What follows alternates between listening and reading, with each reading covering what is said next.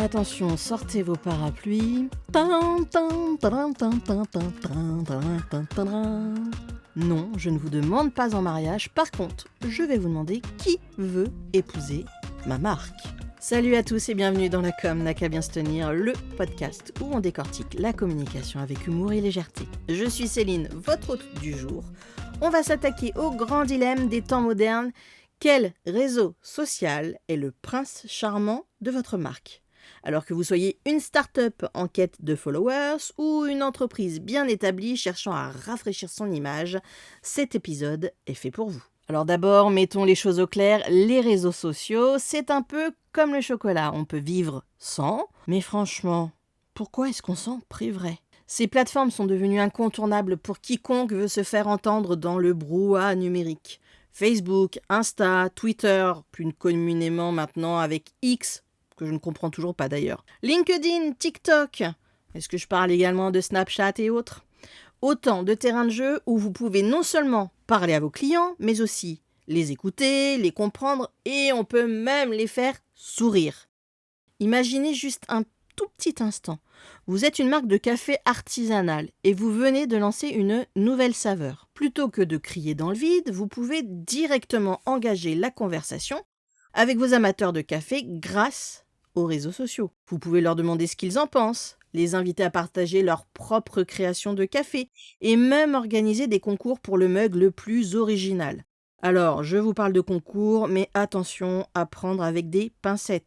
Si vous faites ça sur Facebook et que vous êtes gaulé, c'est terminé pour votre page. Donc, bien faire attention à bien respecter les obligations des réseaux sociaux sur lesquels vous êtes. C'est cependant une véritable interaction et pas juste une communication à sens unique. Et puis, les réseaux sociaux, c'est aussi l'endroit clairement idéal pour construire une communauté autour de votre marque. Vous savez, c'est la bande de fidèles qui attendent avec impatience votre prochaine publication, comme on attend le dernier épisode de sa série préférée. Alors, bien sûr, ça c'est dans le meilleur des mondes. Pour ma part, c'est plus moi qui attends des retours que mes followers qui attendent des publis. Mais bon, ça, c'est autre chose. En interagissant régulièrement avec votre public, vous créez un lien fort, un peu comme une amitié numérique, mais avec l'inconfort en moins si vous vous faites mal comprendre. Sans oublier la magie du feedback. Oui, je sais, encore un anglicisme. Bah oui, mais j'y peux rien. Dans ce milieu-là, on a que ça. Les réseaux sociaux sont un excellent baromètre pour savoir ce que vos clients pensent vraiment. Ils vous diront sans détour si votre dernier produit est une réussite ou si votre nouvelle campagne est aussi inspirante qu'une chaussette solitaire. Non, on laisse Dobby là où il est. Alors, prêt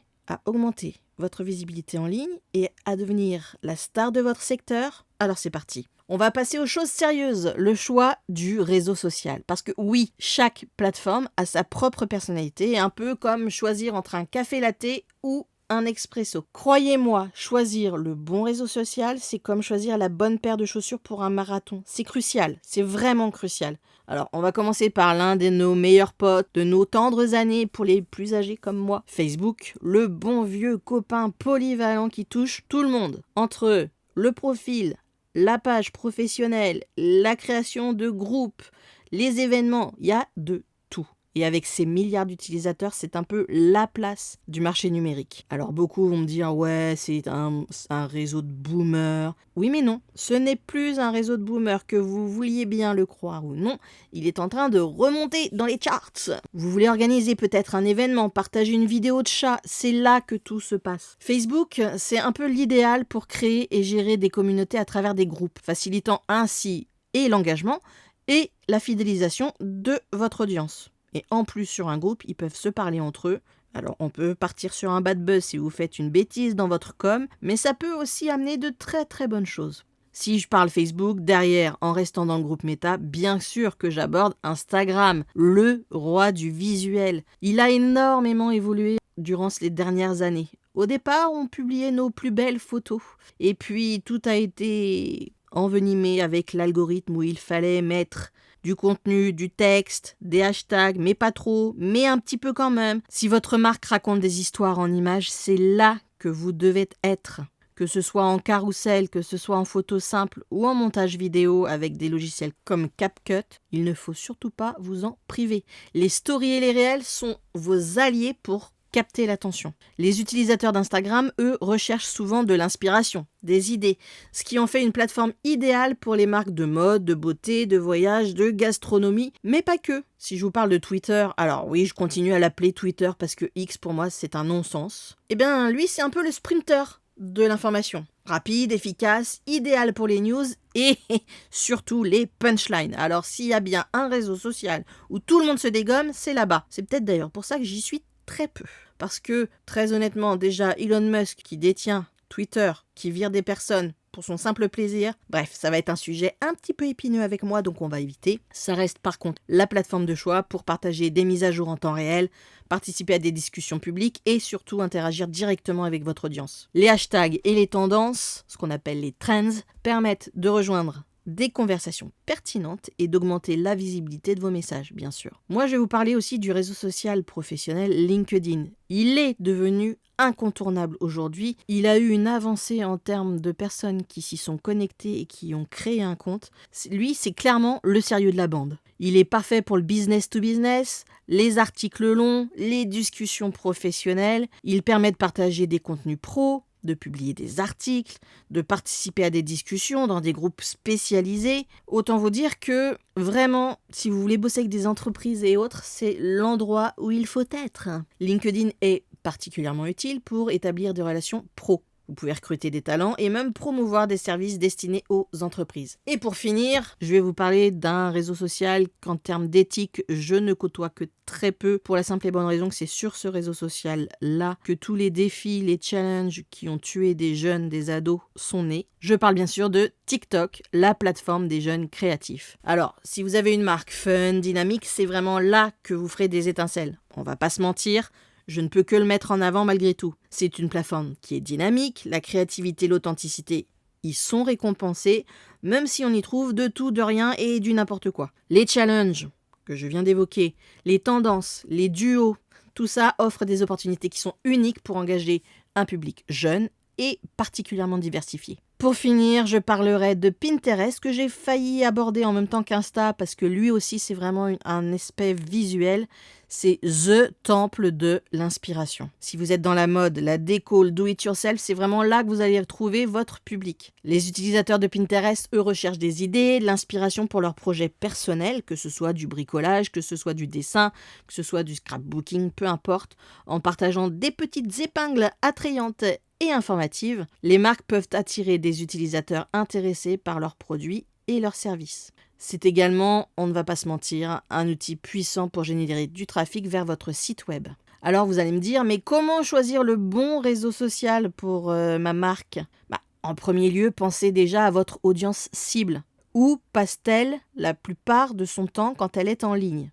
Instagram pour les jeunes, LinkedIn pour les pros, il faut que vous identifiez où se trouve votre public et que vous fonciez. Ensuite, il faut réfléchir bien sûr au type de contenu que vous allez produire. Si vous êtes doué pour les vidéos, TikTok, YouTube, c'est clairement vos potes quoi. Pour du contenu visuel, comme je l'ai dit, ça va être Insta et Pinterest. Et si vous êtes un as de la plume, limite un copywriter, LinkedIn et Twitter vous tendent les bras. Oui, je sais, j'ai encore dit Twitter. Si vous préférez, LinkedIn et X vous tendent les bras. N'oubliez surtout pas vos objectifs. Si vous souhaitez booster votre notoriété, générer des leads ou vendre des produits, chaque plateforme a ses forces. Alors choisissez, mais stratégiquement. Par exemple, si votre objectif est de générer des leads, LinkedIn et Facebook peuvent être très efficaces grâce à leurs outils publicitaires ciblés, ce qu'on appelle le Facebook Ads par exemple. Si vous cherchez à vendre des produits directement, alors là, Instagram et Facebook, donc en gros le groupe Meta, avec leurs fonctionnalités de shopping intégrées, peuvent être très utiles. Enfin, tenez compte de vos ressources. Avez-vous le temps et les compétences pour gérer plusieurs réseaux sociaux ? Avez-vous du personnel qualifié ? La gestion des réseaux sociaux demande du temps pour créer du contenu, interagir avec votre audience et analyser les performances. Car non, un community manager, ce n'est pas un petit bonhomme qui s'amuse derrière son écran toute la journée à surfer, à scroller. De très très loin, on a un métier qui est beaucoup plus fourni en termes de différentes tâches. Alors, mieux vaut exceller sur une ou deux plateformes que de s'éparpiller partout. On va pas se mentir, si vous ne pouvez pas tout alimenter, il n'y a aucun privilège à vous mettre partout. Parce que oui, être partout, ça peut être bien, si vous mettez des choses qui font que les gens ne se disent pas « Ah bah c'est un compte mort ». Si vos ressources sont donc limitées, il peut être plutôt judicieux de concentrer vos efforts donc sur une ou deux plateformes où vous pouvez vraiment exceller plutôt que de vous disperser sur trop de réseaux. C'est ce que je viens de vous dire. Je le répète, pourquoi ? Parce que je pense que c'est le genre d'information qui rentre dans une oreille, qui ressort de l'autre, et voilà, qui ne fait que ressortir sans s'imprimer dans votre esprit. Allez, pour finir, on va jeter un petit œil à quelques marques qui cartonnent sur les réseaux sociaux. Par exemple, je vous en ai déjà parlé, Nike sur Insta. Avec ses visuels inspirants, ses stories qui sont engageantes, la marque sait comment captiver son audience et surtout renforcer son image. Sur X, oui, vous avez vu, j'ai fait l'effort. Sur X, il y a Wendy's, célèbre pour son humour décapant et ses punchlines. Sa stratégie ? Ne jamais manquer une occasion de faire sourire. Cette stratégie lui a déjà d'ailleurs permis de se démarquer et de créer une communauté engagée. Les tweets de Wendy's sont souvent partagés largement et ça augmente ainsi la visibilité de la marque et ça renforce bien sûr son image amusante et accessible. Pour finir, je vais vous parler de HubSpot, qui est un incontournable si on travaille dans les métiers du community management, du social media management, en gros la communication digitale, parce que eux, sur LinkedIn, ils partagent des contenus éducatifs et utiles, parfaits pour le business to business. Et en fournissant ces ressources qui sont précieuses, ils positionnent leur expertise et renforcent la confiance avec leur audience professionnelle. C'est une stratégie qui aide donc HubSpot à générer des leads et à établir des relations solides dans ce secteur. Voilà, c'était notre petit tour d'horizon des réseaux sociaux et ceux qui pourraient bien devenir vos meilleurs alliés. J'espère que vous avez trouvé des pistes intéressantes pour booster votre stratégie et choisir vos réseaux sociaux. N'hésitez pas à partager vos questions ou expériences en commentaire. Dans mon prochain épisode, on parlera de comment créer un blog qui déchire pour votre entreprise.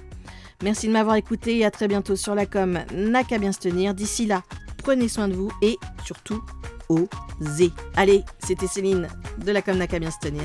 Ciao.